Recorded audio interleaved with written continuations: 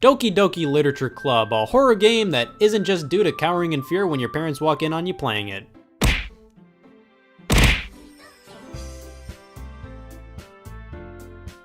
But let's throw that genre out of the window and go into the game blind. Whew, it's imaginary sex of the game! I'll definitely give this a download.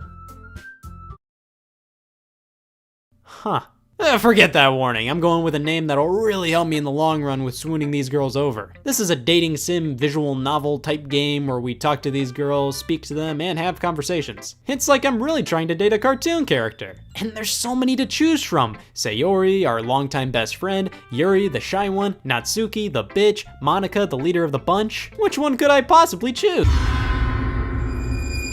Oh, that made my decision easier. What I admire so much about Doki Doki is that it takes the concept of a deceiving game that acts like it's one thing when it's really another, and goes farther with it than I think any piece of media ever has. It takes a fair amount of time until the psychological horror elements nudge their ways in, and that allows the game to create this sense of trust with the player. By the time everything's about to go down, I feel like most players were like, yup, this is my game. I'm totally gonna date the shit out of Jesus Christ! That is how you scare a player, and it's done really well. The only major problem I have with Doki Doki is that it really demands a totally blind playthrough for you to get the most out of it. Thing is, that's almost impossible. We have a warning in the beginning basically saying, this game is f***ed, turn back. And with all the hubbub about this game online, even if you didn't know this was a horror game, I think you'd at least expect that something was up with it. You could have a friend set up the game for you where they say, hey, play this. But even at that point, I think most people would respond, why the hell are you making me play this? What's wrong with it? The game works best in this perfect world where you're playing it because you just wanted to play a visual novel dating sim,